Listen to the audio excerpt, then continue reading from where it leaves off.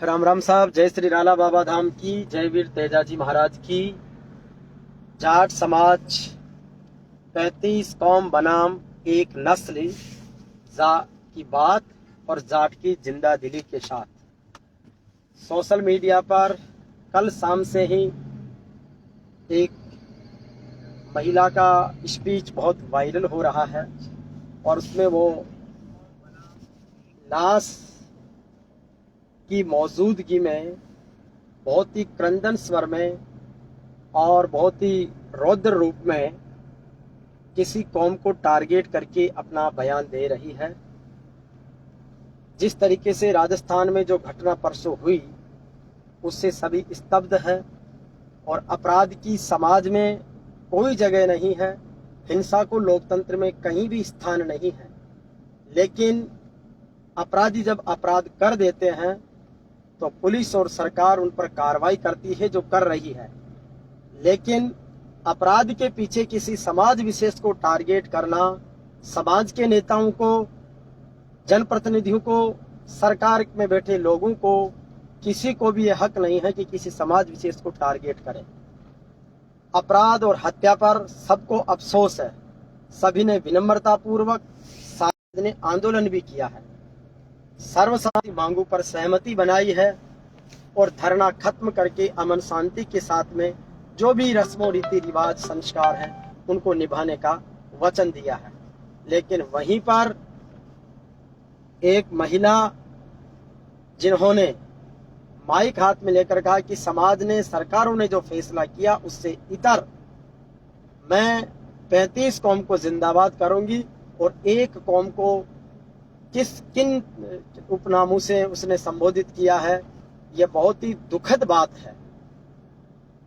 रही बात जाट कौम की, जाट नस्ल की, कहते हैं कि जाट एक कौम ही नहीं, एक विचारधारा है जो सदियों से अजर अमर है, सदियों तक अजर अमर रहेगी। जब जब भी मानवता पर संकट आया है, जाट समाज में पैदा होने वाले वीर पुरुषों ने सदैव सबका संरक्षण और सुरक्षा दी है।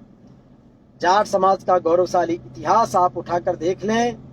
चाहे किसी भी धर्म में किसी भी तरह की अगर जब भी जाति हुई है, जाट समाज के लोगों ने सुधारात्मक और सकारात्मक दृष्टि से उस समस्या का समाधान भी किया है।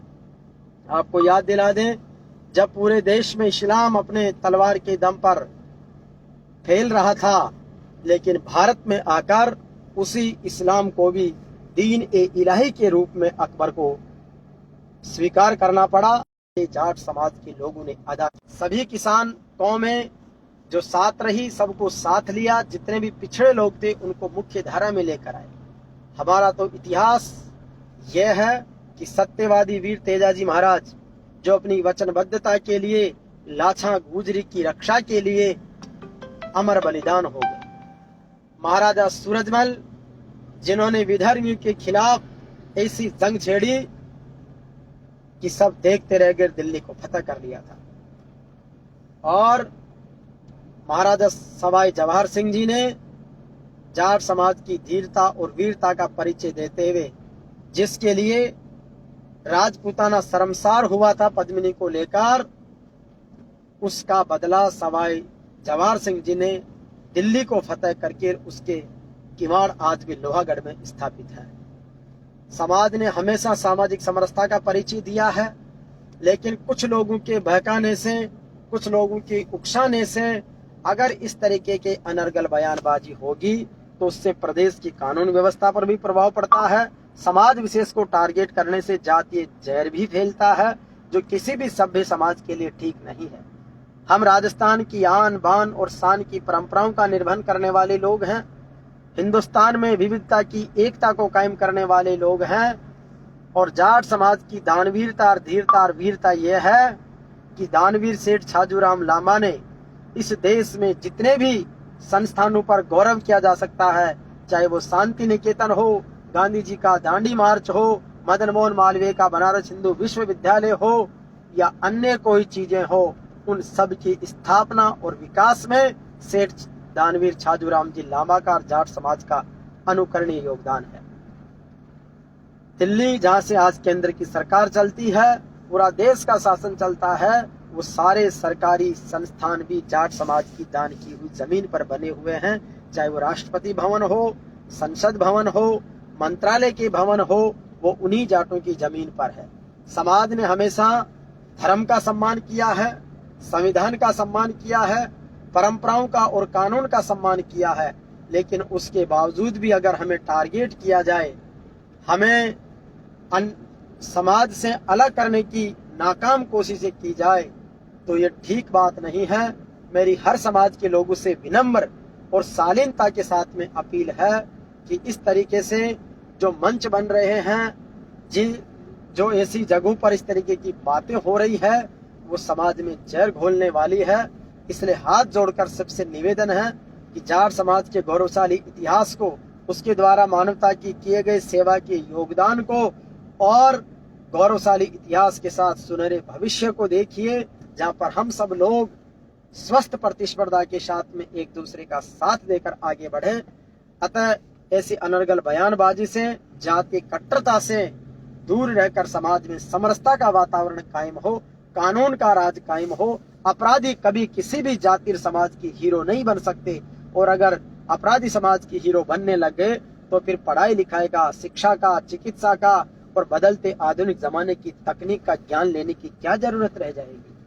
इसलिए आज अगर अपराधियों के नाम पर छुट्टियां होगी, अपराधियों के नाम पर धरने प्रदर्शन होके समाज एकजुट होंगे, तो फिर अच्छी चीजों के लिए कौन एकजुट होगा।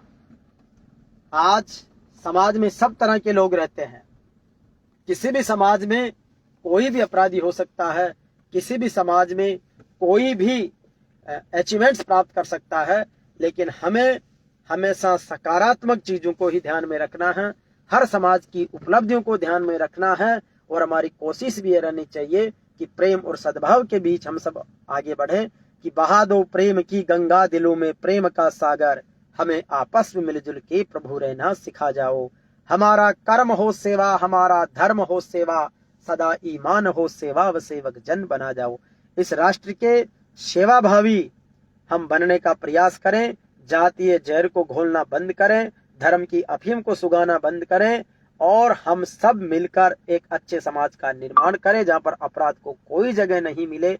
आप सभी से विनम्र निवेदन है कि ऐसी अनर्गल चीजों पर कोई टीका टिप्पणी ध्यान नहीं दें, और समाज की एकजुटता मजबूती बनी रहे, और वक्त आने पर एकता का सही दिशा की ओर में आगे बढ़े। इन्हीं भावनाओं के साथ में जय श्री वीर तेजाजी महाराज की, जय श्री राला बाबा धाम की, जय हो भारत भूमि की, जय श्री किसान, विजय श्री किसान, जाट बलवान, जय भगवान।